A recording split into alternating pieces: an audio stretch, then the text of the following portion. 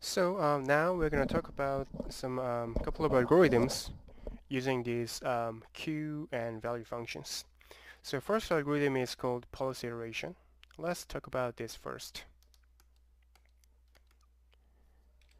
This policy iteration algorithm is composed of two steps. First step is policy evaluation, and then the second step is policy improvement. Let me first talk about policy evaluation. It's actually just I mean, not even very, it's exactly same as the example that I showed you previously. So at time equals t, we initialize the value functions of each state as zeros. And then if we calculate um, this part, it's going to be because we have four possible directions, and we'll initialize the state transition probability equally. So 1 over 4, 1 over 4, 1 over 4, 1 over 4. And then it's going to be 1 over 4 times reward. So if it is boundary like this, we assume there's a dummy function, and the reward is 0, and the value is 0. And then your position still will be the same state. The point here is that even if your next state is the same state as before, if you move up, you don't want to use the value from this current state, but the value from the dummy state though, because it's boundary cases. So your value reward is 0, gamma times 0 is just 0, plus 1 over 4. Then for the same reason it's boundary dummy, so it's 0. And then 1 over 4 again if you move down, and you have finally something non-zero reward, which is negative 1, plus gamma times 0. And then 1 over 4, 0. So it's eventually going to be negative 0.25. So at t plus 1, your state value will be negative 0.25. That's it. And you do the same for the rest of the cells. So if we look at this cell, you have all these neighboring, three possible neighboring cells, and their rewards are 0, and their respective values are 0. So all zeros. So no update. It's still 0. And same reason for this cell, 0. And for this one, this state at t0, we have this one neighboring good reward cell. So it's going to be uh, 1 over 4 times 1 plus 0, 0, 0. So positive 0.25, and that is negative 0.25 because we have neighboring cell as negative 1. And then for the same reason here is positive 0.25 and negative 0.25. And already we can see some kind of tendency here. So right after the first iteration, we have some values like this. And if you want to use the greedy algorithm, you choose higher expected value. So you want to choose 0 because negative 1 is smaller than 0. So we want to choose this direction, and then negative 0.25 and 0, and 0 is larger than this one. So we want to go there, go there, go there. This that's it. I think that's the basic idea of this policy evaluation. And I have this one, but well, you keep doing the same thing.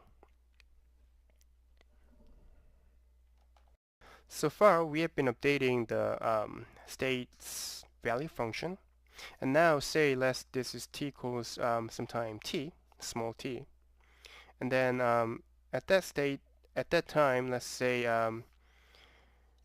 this state's expected value is somehow, I don't know, 5, and reward value is still 0, and then that cell's reward is negative 1, and then expected value is, I don't know, if you choose to update, say that's negative 3 or something like that, then we said we're going to use the greedy algorithm, and we have 4 possible actions with 1 over 4 probabilities as an initialized value. And then we calculate this sort of value function again. So if we choose to move right, let's write somehow like this.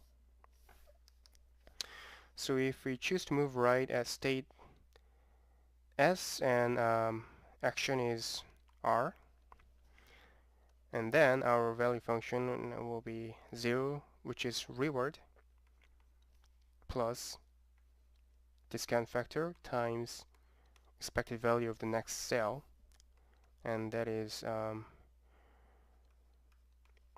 times 5 is 4.5. And then if we move up or left, it's just going to be zeros. Up or left will be just 0.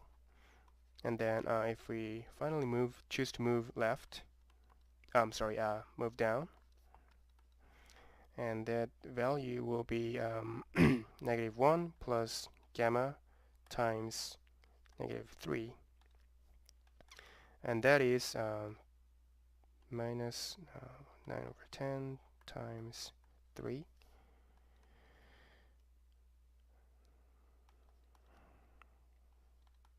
and that is -3.7, I think. Is that right? Yeah, I think.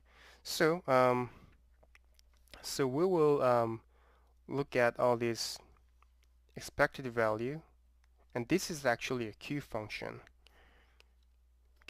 for each direction, and we choose the highest one. Then in this case, this one's value is the maximum, so what we're going to do is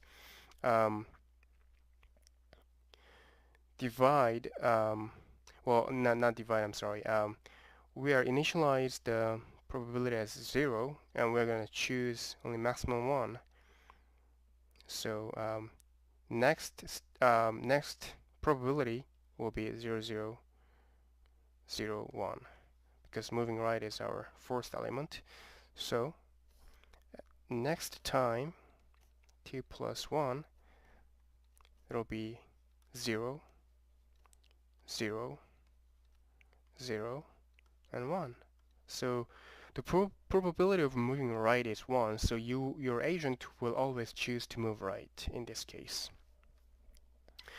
But say after this kind of calculation for another state, let's say we happen to have these Q values as Q values are like this, 0, 0, 0.5, 0.5.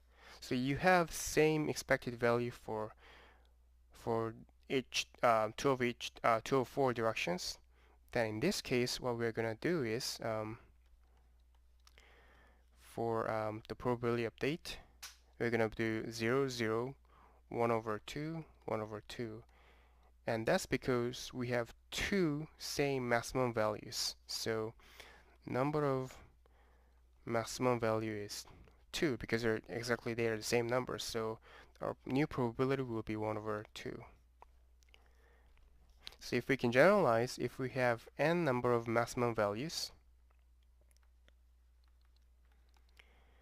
then the probability just will be 1 over n, and we will assign this n, 1 over n, to the corresponding index where this maximum Q values have.